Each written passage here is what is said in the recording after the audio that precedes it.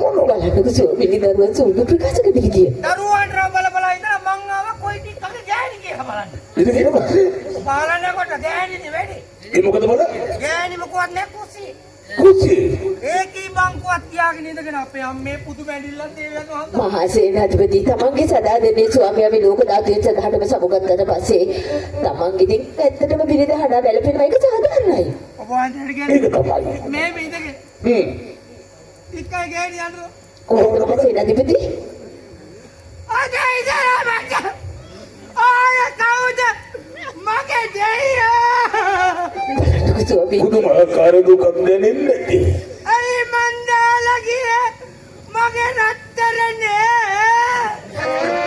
ස්වාමීනි සෝකේ ප්‍රකාශ කරන විදිය දුක හිතෙනවා නේද ස්වාමීනි? ඔය අඬන අතරේ පෞගේ අතීත දේවලුත් මතක් වෙනවා.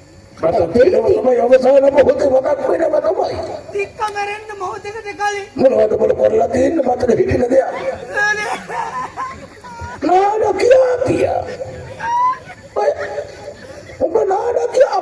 තික්ක මරන්න මොහොතකට කලින් අනේ ඇඳේ නිදාගෙන ඉන්නකොට මහා සේනාධිපති වාලේ පරාලේ දිගේ මීයක් කියලා මොනවා? ඒකත් මතක් වෙලා අක්කානවා. මොකද බල ඒක මතක් කරන්නේ? අනේ මගේ තික්කා මරන්න කලින් මට මීයා බැලුවා. ස්වාමීනි දුක දැනෙන්නේ බල. ආය කවුද මට මගේ දෙයියා.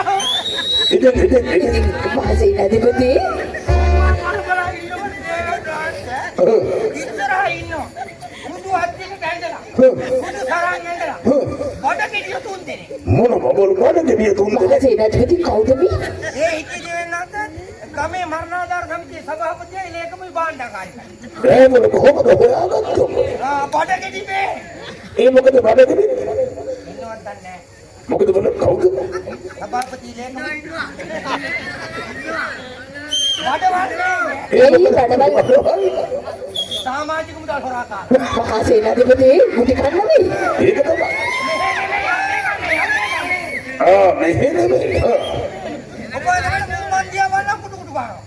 මොකද මහා සේනාධිපති මොකක් හරි ඔබගෙන් අඩුපාඩුවක් සිද්ධ වුණාද? ඒ කියන්නේ මං ගියා ළඟට ගිහිල්ලා අහගෙන ඉන්න මොනවද මම කතා වෙන්නේ. මොකද බල කතා වෙන්නේ? මුන් දේවින් වහන්සේ කතා වෙනවා.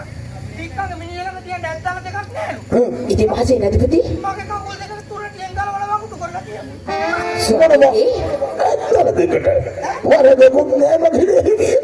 ඔව් ස්වාමීනි දැසින් දැකපු දේ නේ මිනිස්සු කිව්වේ නේද? ඒක තමයි.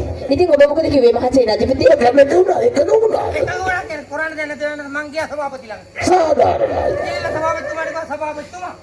ගමේ කෙනෙක් හැටියට. ඒක තමයි. මගේ යුතුයකමක් විදිහට. ඇත්තල දෙක වෙනකොට කකුල් දෙක දෙන්න. ඔව් ඉතින් මොකද බල? හැබැයි මගේ ගජමුතු ආරක්ෂා කරලා තියෙනවා. සේනාධිපති. හොඳයි. කමක්නේ කොහොම මොන හරි කරගෙන රාජධානියට පිවිතුන සතුටුයි. මගේ ඇත්තට ඇති කුටිනේ කොහොමද නේද ස්වාමීනි? ඒක තමයි. ඒක නම් මගේ ප්‍රයාගර දේවී මහත් සේනාධිපති. ස්වාමීනි මගේ කල්යාණ මිත්‍රයා. ලකුණු ඉන්දියාවෙන් මට අසල්පතක් ලැබලා තියෙනවා මහා සේනාධිපතිතුමා යුද්ධයක් වැඩලීම සඳහා මගේ මුද උපකාරය කළා. ආසදාදේ ස්වාමීනි. මගේ දේවිය ඔබ වහන්සේ ගත්ත තීරණය කිමෙද කියලා ප්‍රවසන්නක ස්වාමීනි. මගේ දේවිය මට මගේ රාජධානියේ යතුරු සතුරු කැරල්ලක් ආපු මොහොතේදී මගේ කල්යාණ මිත්‍රයා මහට උදව් කළා. ඒ රාජධානිය බේර ගැනීමට. ඔව් ස්වාමීනි. ඒක නිසා ප්‍රාප්තමනේ මට ඒ මගේ කල්යාණ මිත්‍රයා සමග එකතු වෙලා මට මේක ජයග්‍රහණය කරලා දෙන්න මට දකුණු ඉන්දියාවට යන්න වෙනවා මහා සේනාධිපතිතුමාගේ දෙවිය. මාසදාදී ස්වාමීනි මතලිය රාජමන්ත්‍රී නෑ මම දින හතක් යන්න කලින් නැවත මේ රාජධානියට පිවිසෙනවා. හොඳයි මාසදාදී. ඒකම මහා සේනාධිපති මම නැති මොහොතේ මේ රාජධානියේ සියලුම කටයුතු මගේ දේවිය තමයි ඉෂ්ටසිත කරන්නේ. එහෙම නම් මගේ දේවියගේ කණිනෝදනින් නිතරම ළඟ සේනාධිපති සිටින්න ඕන. එහෙම නම් යාදුර දේවිය මාසදාදී ස්වාමීනි මගේ ගමනට අවශ්‍ය දේවල් සියල්ල සූදානම් කරගන්න. එහෙමයි ස්වාමීනි. එහෙම නම් යමුණු මහත් කලාවට. හොඳයි අවශ්‍ය දේවල්